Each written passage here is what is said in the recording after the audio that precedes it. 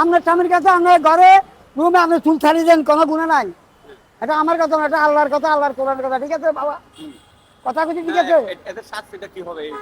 এগুলো উপরেও শান্তি নাই, নিচেও শান্তি নাই। স্বামীর কাছে আমি এক কথা বললাম না, স্বামীর কাছে ছাড়া আর কেউ চুলে দেখতে না। এই স্বামীর কাছে চুল ছাড়িয়ে দিব, কোনো অসুবিধা নাই। কিন্তু আরেকজনে তো আরেকজন পুরুষে তো চুল দেখলে গুণ হবে, আর কাম বাদ দেন, আর শরীর বাদ দেন, খালি চুল দেখলে গুণ হবে। আপনার পানের দাম কত আছে বাবা? যে না না লাগতো না, লাগতো না, 5 টাকা খাচ্ছেন টাকা লাগবে না? না, না লাগতো না। সামনে লস হয়ে যাবে না? হোক, হ্যাঁ, অসুবিধা নাই। আমাদের তো জানতো বাবা, তো আল্লাহ আল্লাহ চলা দোয়া করছি। হ্যাঁ, পানের দামটা রাখেন। না না লাগতো না। হ্যাঁ, কি? আরে 5 টাকা খাচ্ছেন লাগতো না। রাখেন। হ্যাঁ, কি গো একদম গেলে অসুবিধা কি? আপনাদের বাড়ি কোথায়? আমার বাড়ি তো অনেক দূরে। মানে বাবা আছে না? আমার বাপ মা সবাই আছে।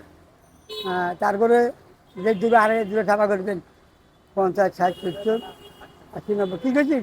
দূরে আসবেন দূরে থাকা করবেন। আনের এই কথা কর না, আনের বাপে আনের মা তুমি চুরি চুরি আমারে খাবো, টাকা দিয়ে খাবো, এই কথা বলছে না, আমরা খাদ্য দিয়ে করে বিক্রি করি, যা পারেন যা খাদ্য আচ্ছা করে এটা রেখে দেন এটা।